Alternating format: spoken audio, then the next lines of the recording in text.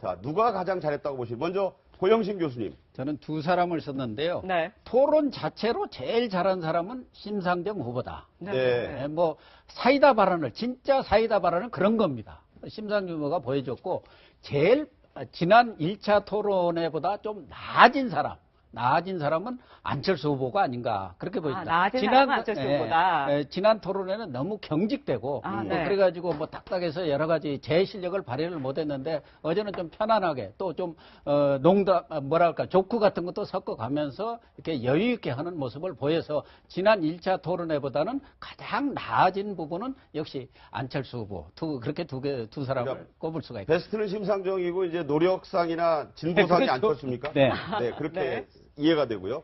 우리 교수님 어떻게 보셨어요? 저는 심상정 후보를 저는 선정을 했는데 그리고 100점 만점에 80점 80점이다. 줬습니다. 네. 뭐 나머지는 그보다 낮다고 말씀을 드리고 싶을 것 같은데 네. 심상정 후보의 아까 그런 발언들 있지 않습니까? 예를 들면 후보가 했던 말을 그냥 웃어 넘기는 문제가 아니고 특히 이제 홍준표 후보 같은 경우에는 여성에 대해서 비하하는 바나 이런 발언들은 상당히 중요한 문제거든요. 네. 이런 문제들을 검증하지 않는다고 하면 그분이 대통령이 됐을 때 여성 정책이 어떻게 되겠습니까? 네. 그래서 그걸 꼭 집어서 명확하고 정확하게 질의한 부분들도 저는 좋다고 보고 또 한 가지는 아까 공지영 소설가 그런 얘기 했지 않습니까? 문재인 후보가 주적이냐고. 심상정 후보를 향해서. 그렇죠. 예. 근데 그거는 심상정 후보의 어떤 모습을 보여주는 거냐면 끝까지 완주하겠다는 의지를 보여주는 거고요. 이게는 네 편 내 편의 편가는 문제가 아니라 모든 후보의 검증대에 올려놓고 검증해야 된다고 하는 심상정의 모습을 보여줘서 그 자체가 사실은 예전에 우리가 보고 있던 진보 보수로 나누어서 어떤 후보가 어떤 후보를 도와주고 이런 개념이 아니지 않습니까? 네네. 후보로서의 어떤 올바른 자세를 보여주고 누구에게나 동일하게 아플 수 있는 질문을 했다는 점에서 저는 80점을 주고 싶습니다. 자, 네. 신지호 교수님. 예, 어제 봤을 때 문제의 핵심을 제일 정확하게 이해하고 있는 거는 유승민 후보였어요. 아, 핵심을? 예, 그 다음에 또 이제 그 보수 후보들이 지금 굉장히 열세 아닙니까? 뭔가 이제 존재감을 토론을 통해서 부각을 시켜야 되는데 거기서 제일 좋은 이슈가 이제 안보 이슈였어요. 근데 네. 주정론도 그렇고 그 대북 송금 문제도 그렇고 여하튼 그걸 이슈화 시키는 데 있어서 물론 홍준표 후보도 노력을 했지만 네. 또 효과적인 이슈화에 성공했다라는 점에서 네. 유승민 후보가 이제 1차 토론에 이어서 토론회에서 일정한 성과를 좀 거둔 게 아닌가. 일단 이렇게 보이고요. 베스트였다. 예. 예. 그다음 1차 토론회와 제일 봤을 때 제일 많이 달라진 사람이 누구냐? 안철수 후보였다고 봐요. 아, 많이 1차 달라졌다? 토론회 때의 그 경직된 표정과 그 딱딱한 태도, 뭐 이런 것들이 어제는 아까 그 박지원 상황론 얘기하는데도 웃으면서 받아친다든가. 그러니까 이 시청자들은 이게 TV 토론이라는 게 시각적 효과와 청각적 효과가 있잖아요. 근데 청각적 효과보다는 시각적 효과가 훨씬 더 크다라는 게 전문가들의 일치된 견해 아닙니까? 예. 그렇게 봤을 때 1차 토론에 비해서 가장 많이 개선된 후보가 안철수 후보이기 때문에 안 후보도 어제 짭짤한 재미를 좀 본 게 아닌가 이렇게 보여줍니다. 네, 우리 네, 김 변호사님. 김광삼. 아예 손위를 네, 매기셨어요. 나눠봐요. 네. 예, 주셔도 됩니다. 예. 네네네. 예. 저희 카메라가 잘. 첫 번째 이제 심상정 후보라고 보는데 이제 심상정 후보는 좀 부담이 없어요. 왜냐하면 본인의 이념이나 정치의 도모가 명확하기 때문에. 근데 어제 사실 문재인 후보에 대해서 질문을 많이 했잖아요. 네. 저는 그건 진보의 선명성을 나타내기 위한 방법이었다고 봐요. 그러니까 네. 본인의 이제 목적을 달성한 거예요. 그러니까 정의당과 본인 후보의 어떤 진보적 선명성을 문재인 후보를 공격함으로 말미암아서 차별을 하고 또 진보층을 좀 끌어들였다 그런 전략이 먹혔다고 보고요.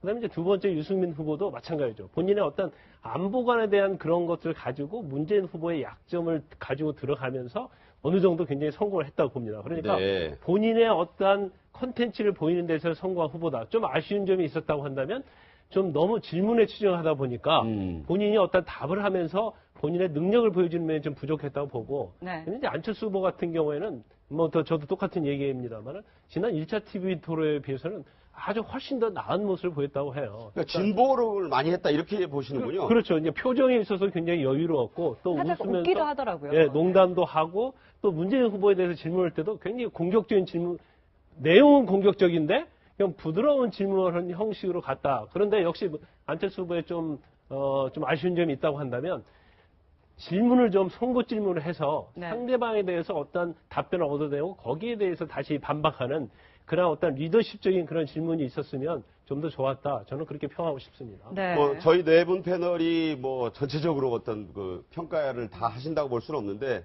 보니까 이제 심상정 후보가 베스트 MVP로 꼽히는 것 같고요.